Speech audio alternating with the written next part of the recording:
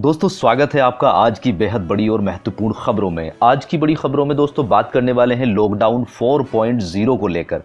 किस राज्य ने किस कारोबार को दी है छूट, इसकी पूरी जानकारी आपको इस वीडियो में मिलने वाली है।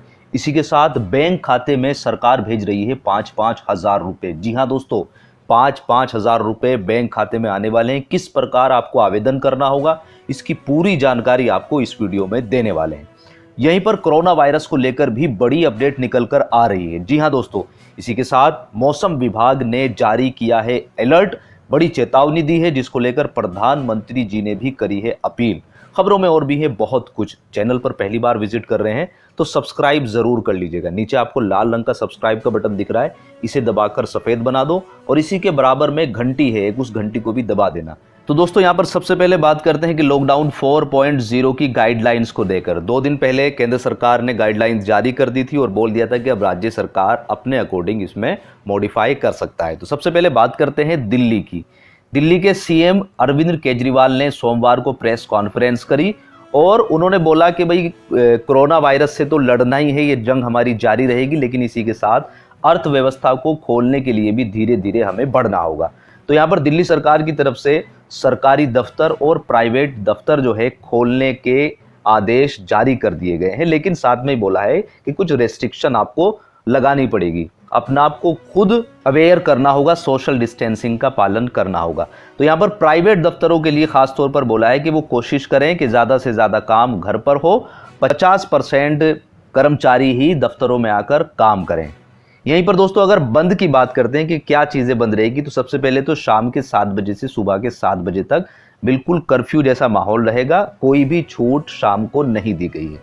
यहीं पर metro, school, college, shopping mall, park, theatre, bar, salon, parlour और धार्मिक स्थल। जी हाँ दोस्तों, यहाँ पर पार्लर को भी दिल्ली के अंदर अभी इजाज़त नहीं मिली है। इसी के साथ जो चीज़ें चलने वाली हैं, जिनको इजाज़त मिल गई है, अगर उनकी बात करते हैं तो ई रिक्शा, लेकिन बोला गया है केवल 1 यात्री। टैक्सी में बोला गया है कि 2 यात्री मैक्सिमम सफ़र कर सकते हैं। बसों को भी यहाँ पर इजाज़त मिल गई है 20 यात्रियों के साथ। कार में केवल 2 यात्री, बाइक पर केवल 1 यात्री सफ़र करेगा। अगर लेडीज़ हैं तो 2 भी चल सकते हैं, लेकिन बहुत ही अर्जेंट काम के लिए।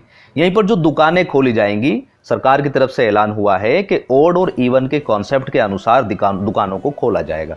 साथ में बोला गया है कि जो आवश्यक चीज़ों की दुकानें हैं, जो खाने पीने की दुकानें हैं, उनको रोज़ खोला जाएगा। जो खाने पीने से अलग की दुकानें हैं, उनको ओड इवन के कॉन्सेप्ट के अनुसार खोला जाएगा। साथ में बोला गया है जो कंटेनमेंट जोन में आ रहा है एरिया, उसमें कोई भी छूट नहीं दी जाएगी। इसी के साथ शादी के प्रोग्राम में मैक्सिमम 50 लोगों को अनुमति दी गई है। यहीं पर अंतिम संस्कार में मैक्सिमम 20 लोग शामिल हो सकते हैं। यहीं पर अगर बात करते हैं कि मरीजों की संख्या, दिल्ली के अंदर जो मरीजों की संख्या है वो इस वक्त 10,054 पहुंच गई है। मौत का आंकड़ा जो है वो 160 तक पहुंच गया है। लेकिन दिल्ली सरकार का कहना है कि उन्होंने 45% मरीजों को ठीक कर उनके घरों तक भी पहुंचा दिया है। यहीं पर दोस्तों अगर दूसरे राज्यों की बात करते हैं तो दिल्ली सरकार ने जो गाइडलाइंस जारी की है उसके लगभग सिमिलर ही दूसरे राज्यों ने भी अपनी गाइडलाइंस जारी की है। उत्तर प्रदेश में भी बोला गया है कि सभी औद्योगिक गतिविधियों को छूट दी गई है। कंटेनमेंट जोन जो है वहां पर कोई भी छूट नहीं दी जाएगी। यहीं पर बोला गया है उत्तर प्रदेश सरकार ने कि दुकानदार फेस कवर, मास्क और ग्लव्स और सैनिटाइजर का प्रयोग जरूर करेंगे। अगर ये नहीं करता हुआ पाया गया है तो उसकी दुकान को बंद करने के आदेश भी जारी हो जाएंगे। साथ में बोला गया है कि जो आपके पास कस्टमर आएंगे, अगर उसने मास्क नहीं लगाया है तो उसको आप कोई भी सामान नहीं देंगे। हर दिन अलग बाजार खुलेंगे। इसकी विस्तृत जानकारी सरकार ने बोला है कि व्यापार मंडल के साथ बैठक करेंगे, उसके बाद बताएंगे कौन सा बाजार किस दिन खुलेगा। इसी के साथ प्रिंटिंग प्रेस और ड्राई क्लीन्स की दुकानों को भी खोलने की यूपी में अनुमति मिल गई है, लेकिन यहाँ पर बोला गया है कि बसों की अनुमति नहीं दी जाएगी।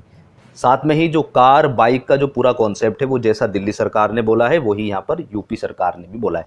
यहीं पर बिहार सरकार की भी लगभग सिमिलर सी गाइडलाइंस है। कुछ चीज़ें अलग है कि दुकानें खुलेंगी, लेकिन समय सीमा जो है वो डीएम के अनुसार, जो जिले पे डीएम रहेंगे उनके अनुसार समय सीमा जो है वो निर्धारित करी जाएगी।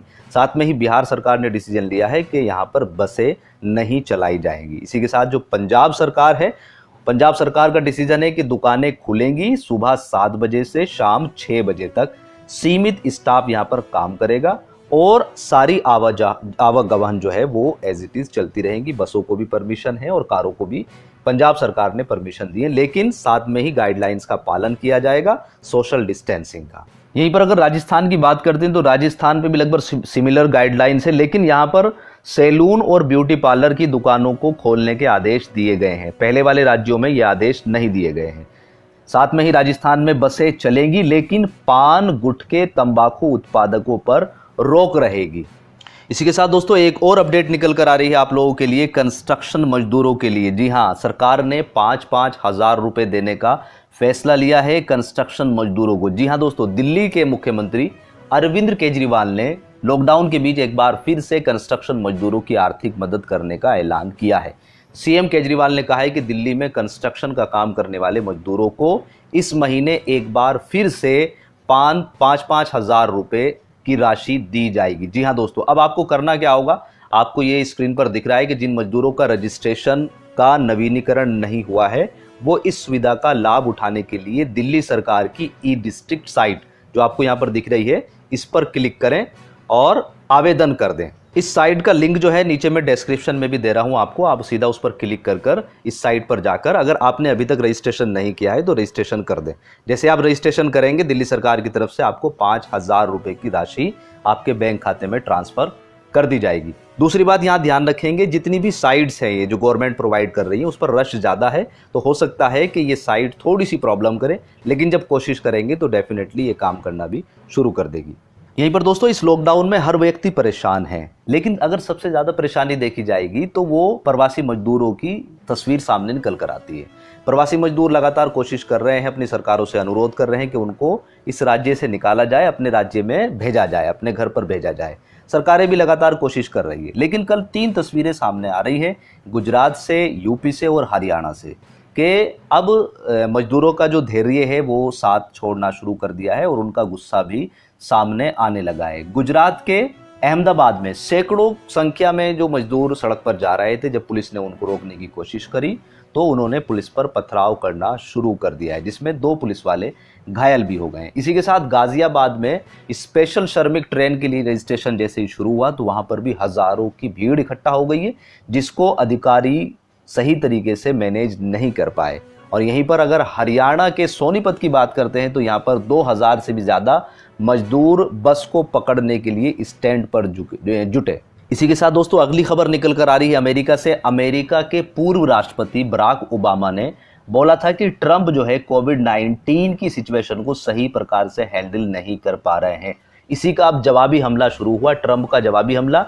उन्होंने बोला है कि बराक ओबामा राष्ट्रपति बनने के लायक ही नहीं थे। जी हाँ दोस्तों, पूर्व अमेरिकी राष्ट्रपति बराक ओबामा के कोरोना संक्रमण से निपटने के मामले में ट्रंप पर सवाल खड़े करने के बाद अब मामला बढ़ता नजर आ रहा है। अमेरिकी राष्ट्रपति डोनाल्ड ट्रंप ने जवाबी हमला करते हुए ओबामा को अयोग्य राष्ट्रपति करार दिया है। रविवार को व्हाइट हाउस में पत्रकारों से बातचीत में ट्रंप ने कहा है कि वे कभी राष्ट्रपति बनने के लायक ही नहीं थे। ट्रंप की यह प्रतिक्रिया तब आई जब शनिवार को ओबामा ने कोरोना वायरस महामारी को लेकर अमेरिकी अधिकारियों के कामकाज के तरीकों की आलोचना की थी। ट्रंप ने कैंप डेविड रवाना होने से पहले व्हाइट हाउस में पत्रकारों से बात करते हुए कहा है कि ओबामा एक अयोग्य राष्ट्रपति थे और मैं यह कहता हूं कि बेहद अयोग्य राष्ट्रपति थे। इस बयान के बाद अमेरिका के राष्ट्रपति अब सोशल मीडिया पर घिरते चले जा रहे हैं, उनकी लगातार आलोचना हो रही है और उनको ट्रोल किया जा रहा है। तो दोस्तों बढ़ते अपने मौसम समाचार की तरफ, मौसम विभाग की तरफ से अलर्ट जारी किया गया है। दिल्ली मौसम विभाग के डायरेक्टर ने कहा है कि अम्फान 12 घंटे में एक सुपर चक्रवात में बदलेगा। यह भी उत्तर पूर्वी दिशा में गति करेगा। 20 तारीख को दोपहर या शाम को ये दीघा द्वीप के बीच से पार करेगा। इस दौरान इसकी गति 155 से 165 किलोमीटर पर घंटा होगी और गंभीर होने पर 185 किलोमीटर पर घंटा भी हो सकती है। चक्रवात तूफान अम्फान ने सोमवार को बेहद विकराल रूप ले लिया है, जिसके चलते अब ओडिशा के तटीय इलाकों में तेज हवाएं चलने के साथ भारी बारिश भी हो सकती है। इस चेतावनी के बाद राज्य सरकार 11 लाख लोगों को इन इलाकों से निकालने की तैयारी में जुट गई है। वहीं दूसरी तरफ प्रधानमंत्री नरेंद्र मोदी ने इस तूफान को लेकर समीक्षा की, जिसमें गृह मंत्री अमित शाह भी मौजूद रहे और आह्वान किया कि सभी लोग इस तूफान से सतर्क रहें।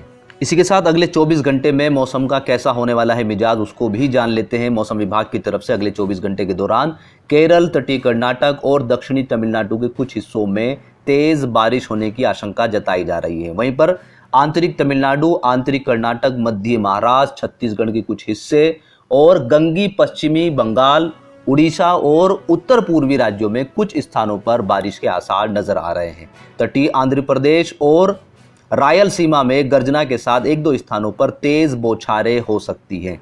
पश्चिमी हिमालय पर कश्मीर से उत्तराखंड तक बारिश की गतिविधियां बढ़ सकती हैं। राजस्थान में धूल भरी आंधी आने की संभावना है। दक्षिणी पश्चिमी और पूर्वी मध्य प्रदेश में भी एक दो स्थानों पर गर्जना के साथ हल्की बारिश के आसार नजर आ रहे हैं। तो दोस्तों ये थे आज के कुछ मुख्य समाचार। उम्मीद करते हैं कि आपको वीडियो पसंद आई होगी। वीडियो पसंद आई है तो लाइक कीजिएगा, शेयर कीजिएगा और नीचे जो सब्सक्राइब अगर अभी तक भी नहीं किया है, इसी तरह की अपडेट पाने के लिए चैनल को सब्सक्राइब भी कर लीजिएगा।